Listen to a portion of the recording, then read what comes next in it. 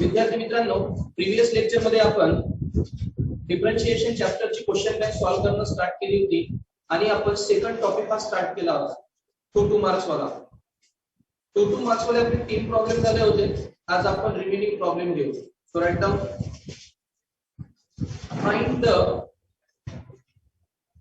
find the derivatives of inverse function. Find the derivative of inverse function y equal to twice x cube minus 6x twice x cube minus 6x. Calculate its value. Calculate its value at x equal to minus 2. Calculate its value at x equal to minus 2. चला problem कडे लक्ष द्या. जेव्हा ही inverse function म्हणणार, inverse function म्हटल्या बरोबर inverse function म्हणजे आपली एक्सरसाइज सेकंड एक्सरसाइज मध्ये आपला डेरिव्हेटिव्ह मध्ये टॉपिक आहे इनवर्स फंक्शन. फर्स्ट सोल्युशन मध्ये इनवर्स फंक्शन साठी काही प्रोसेस आहे ती फॉलो करावी लागते. y equal to f of x. f या साइडला जाऊन f इनवर्स होणार. So therefore x equal to काय येणार f inverse of y. y equal to f of x घेतलं, f या साइडला जाऊन f इनवर्स होणार. x equal to काय येणार f inverse of y. Therefore f inverse of y म्हणजे dx upon dy. x ला डिफरन्शिएट करावं लागेल तर dx upon dy. जेव्हा ही इनवर्स फंक्शन म्हणते ना विद्यार्थी मित्रांनो, सिंपल कन्सेप्ट आहे. आधी dy by dx काढायचा आणि मग त्याचा रेसिप्रोकल काढायचा. बट एवढं लिहावंच लागेल. इनवर्स फंक्शन म्हटल्या बरोबर काय करायचं, आधी dy by dx काढायचा मग त्याचा रेसिप्रोकल काढायचा. लक्ष द्या. Now y equal to d1 आहे twice x cube minus 6. Differentiate with respect to x. Okay. So dy by dx 2 constant आहे. x क्यूब चा डेरिव्हेटिव्ह होणार 5x स्क्वेअर मायनस 6 चा डेरिव्हेटिव्ह किती 0. 6x आहे. ओके 6 कॉन्स्टंट, x चा derivative 1. Okay so dy by dx 2 into 3 6x square 6 into 1 6 हा झाला तुमचा dy by dx. बट आता व्हॅल्यू किती दिली आहे तुम्हाला x equal to -2. नोट करायचं at x equal to -2 दिले. at x equal to -2 value put करून दाखवायची. dy by dx at x equal to -2. So 6 minus 2 minus 6. 6 into -2 minus 12 minus 12 minus 6 minus 18. हा झाला dy by dx. बट मला inverse function म्हटलं आहे त्यामुळे hence dx upon dy equal to 1 upon dy by dx. कारण find out काय करायचं असते आपल्याला dx upon dy. dx upon dy म्हणजे 1 upon dy by dx. आता व्हॅल्यू पुट करायची. So 1 upon dy by dx ची value -18. So your final answer -1 by 18. Okay write down. हा विद्यार्थी मित्रांनो, छोटी मिस्टेक झाली इथे. 6x चा काय होता square 6x square me by mistake इथे 6x स्क्वेअर. सो -2 चा स्क्वेअर किती होणार 4. 4 6 जा 24 आणि 24 minus 6 किती येणार फक्त 18. So final answer is 1/18. छोटी मिस्टेक झाली होती, इथे x स्क्वेअर होता आणि मी इथे स्क्वेअर घेतला नव्हता. Now right down fast. Let f of x same या टाइपच आहे जसं आपण इन्व्हर्स काढताय ना, सेम प्रॉब्लेम आहे. Let f of x equal to x square plus x square नहीं x raise to 5 plus 2x minus 3. f of x given आहे आपल्याला x raise to 5 plus twice x minus 3. Find f inverse of minus 3. Find f inverse of minus 3. एकदम simple problem आहे विद्यार्थी मित्रांनो, लक्ष द्या इकडे. गिवन आहे आपल्याला f ऑफ x, विचारलं आहे f इनवर्स. तर f ऑफ x गिवन आहे तर आधी आपण solution differentiate with respect to x. f of x चं डेरिव्हेटिव्ह होणार f dash of x. f of x चं derivative f dash of x. Formula लागणार आहे x raise to n, x raise to n n x n minus 1. So 5 minus 1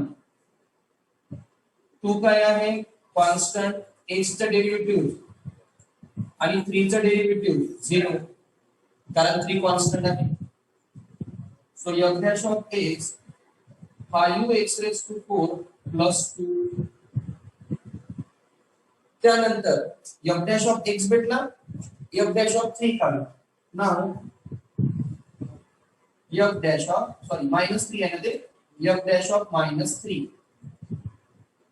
मग f dash of minus 3 जर मला find out करायचं असणार तर x ची व्हॅल्यू किती पुट करू minus 3. So 5 into minus 3 raise to 4 plus 2. आता याला सॉल्व करा fast. f dash of minus 3 equal to 5 3 raise to 4 किती येणार आहे 3 रेज टू 4 81 प्लस 2. आता 5 into 81 करा. 5 into 81 405 plus 3 plus 2. so f dash of minus 3 चा आन्सर आला विद्यार्थी मित्रांनो 406. हा झाला f dash of minus 3. But मला फाइंड आउट काय करायचं आहे f इनवर्स. मग at the last hence f inverse of minus 3. मला आता f इनवर्स ऑफ माइनस 3 विचारलं होतं ना आणि मी फाइंड आउट काय केलं फक्त f डॅश. तर f इनवर्स ऑफ माइनस 3 म्हणजे 1 upon f dash of minus 3. कधीही या टाइपचा जर प्रॉब्लेम आला f इनवर्स जर विचारलं तर सिंपल आधी फक्त f डॅश काढायचा. मग f इनवर्स ऑफ माइनस 3 म्हणजे 1 upon f dash of minus 3 आणि व्हॅल्यू पुट करायची. व्हॅल्यू आहे आपली 407. This is our final answer. Write down next.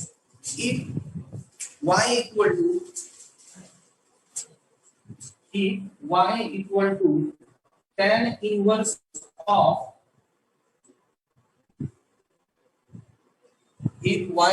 to tan inverse of under root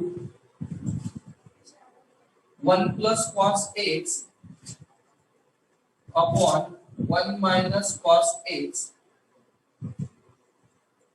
find dy by dx. 1 plus cos x upon 1 minus cos x, find dy by dx. खूप simple problem आहे, लक्ष द्या. First one we know that trigonometric जर term आली तुम्हाला दोन फॉर्म्युले नेहमी लक्षात ठेवायला लावले आहे. एक आहे 1 प्लस कॉस थिटा, हा होत असतो आपला 2 कॉस स्क्वेअर थिटा बाय 2, आणि एक असतो 1 मायनस कॉस थिटा. तर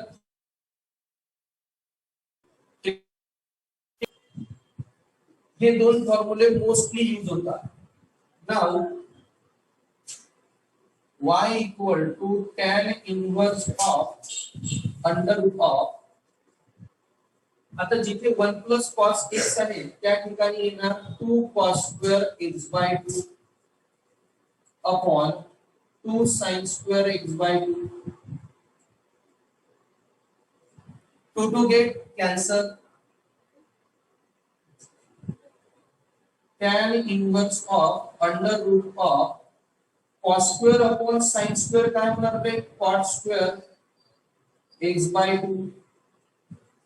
cos square upon sin square cot square. cot square च्या बाहेर काय येणार, only cot. So y equal to tan inverse of cot x by 2. Okay, ला कॉस मध्ये कन्वर्ट केलं होतं. कॉटला जर टॅन मध्ये कन्वर्ट करायचं असणार तर कॉटचा अँगल हा पाय बाय 2 मधून मायनस करू. So y equal to tan inverse of tan pi by 2 minus x by 2. काय केलं मी, जो कॉटचा जो अँगल होता तो पाय बाय 2 मधून काय केला, मायनस.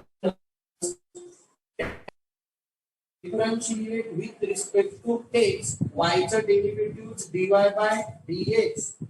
पाय बाय 2 कॉन्स्टंट आहे तो आन्सर काय येणार, 0.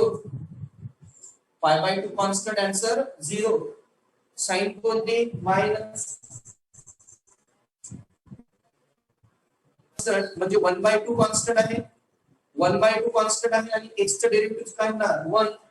सो 1 बाय 2 कॉन्स्टंट आणि हा जो x आहे त्याचा डेरिव्हेटिव्ह 1.